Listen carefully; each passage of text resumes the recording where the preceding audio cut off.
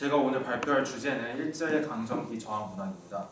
요즘 위안부 합의 문제, 강제징용 손해배상 등 일본과 과거사 청산에 대해 많은 이슈가 있다고 들었습니다. 그러한 이슈들을 생각해 볼 때 일제강점기 저항에 대해 되짚어보는 것은 이런 이슈들에 대해 경각심을 가지고 민족의식을 다시 고취하는 데 큰 도움이 될 것 같습니다. 보통 일제강점기 시대에 저항하면 떠올리는 것이 3.1 운동과 같은 시위나 청산리 전투와 같은 무력 저항이 있으실 텐데요. 저는 오늘 이러한 저항이 문학 속에도 있다는 것을 소개해드리고 싶습니다.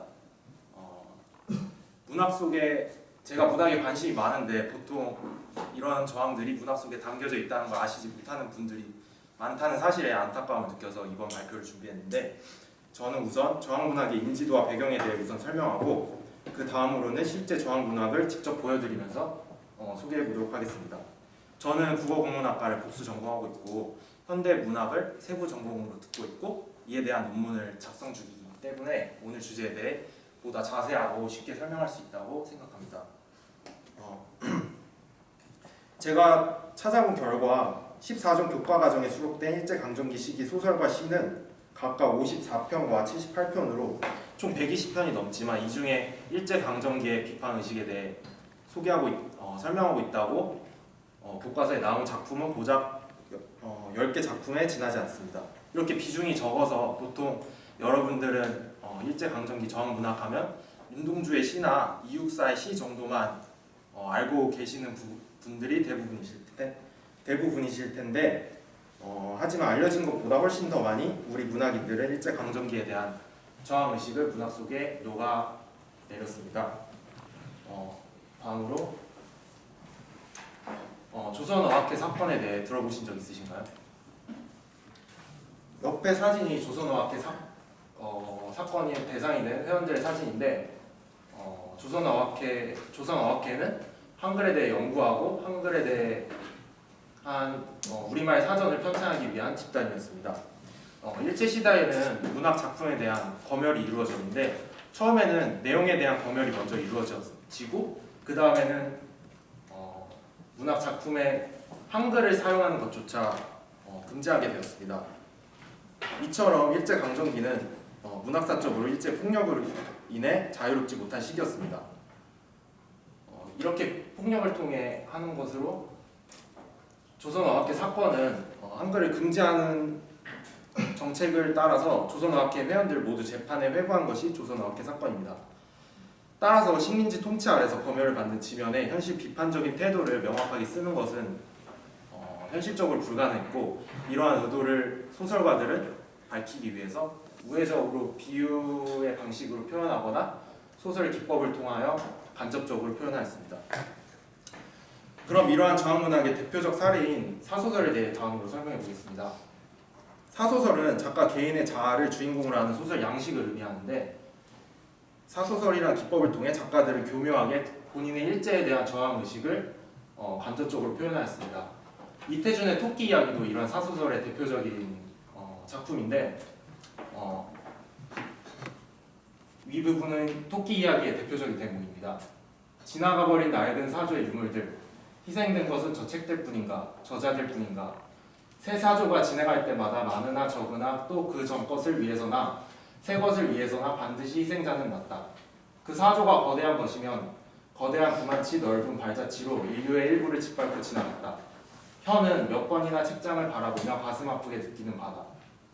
위 대목에서 볼 수 있듯이 인류의 일부를 짓밟고 지나갔다.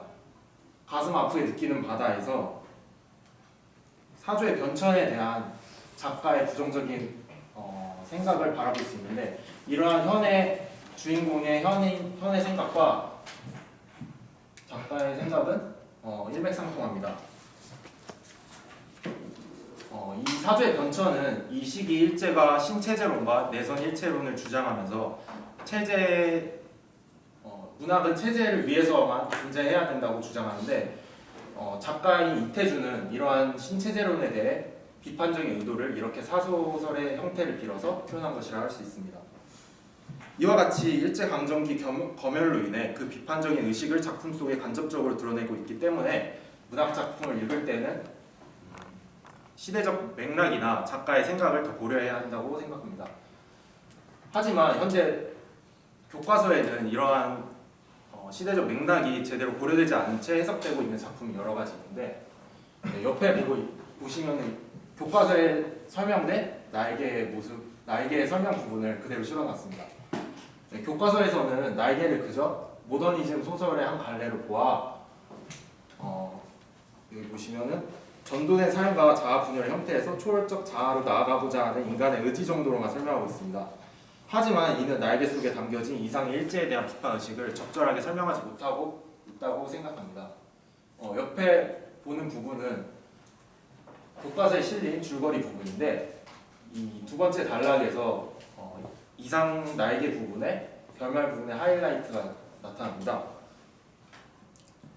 정오의 사이렌을 듣고 미스코시 백화점에서 회탁의 거리를 내려보며 주인공은 날고 싶다고 이야기합니다. 이상의 시에서 각진 형태의 사물은 주로 근대화를 의미하는데, 네모난 미스코시 백화점은 일제강점기에 들어온 근대 문물을 의미합니다. 여기에 나와 있지는 않지만 회색 거리는 이상의 시에서 식민 지배로 어두워진 현실을 비유할 때 자주 쓰이는 표현으로, 이상이 쓴 시들은 공통적으로 일제와 근대를 유사선상에 놓고 이를 극복해 나가야 할 대상으로 비유적으로 표현하고 있습니다. 즉 여기서 나온 결말 부분은 교과에서 설명된 듯이 자아를 초월하기 위한 개인의 의지로 해석되어야 될 것이 아니라, 더 나아가 일제라는 근대 감옥에서 벗어나기 위한 작가의 의지가 반영되어 있다고 봐야 할 것입니다. 이처럼 시대적 맥락과 상황을 이해해 보면은 소설은 더 올바르게 읽힐 수 있습니다. 지금까지 일제강점기 저항군악의 배경과 그 사례들에 대해 살펴보았습니다. 일제강점기라는 극한의 억압 상황에서도 소설가들은 자신들의 이념을 지키기 위해 그 이념을 다양한 방식으로 소설 속에 녹여냈습니다. 이러한 소설가들의 노력을 생각해 볼 때 현재 일본과의 분쟁에 대해 경각심을 가지고 진지하게 접근해야 된다고 생각합니다. 유명 소설가 조정래는 이렇게 말했습니다. 현실적으로 문학은 정치 권력 앞에 무기력하다. 하지만 좋은 작품, 훌륭한 소설은 모든 것을 망각하게 하는 세월의 힘을 이겨내고 영원한 생명력을 발휘하게 한다. 일제강점기의 저항문학 속 생명력을 읽는다면 오늘날을 살고 있는 우리에게도 큰 울림으로 다가올 것 같습니다. 감사합니다.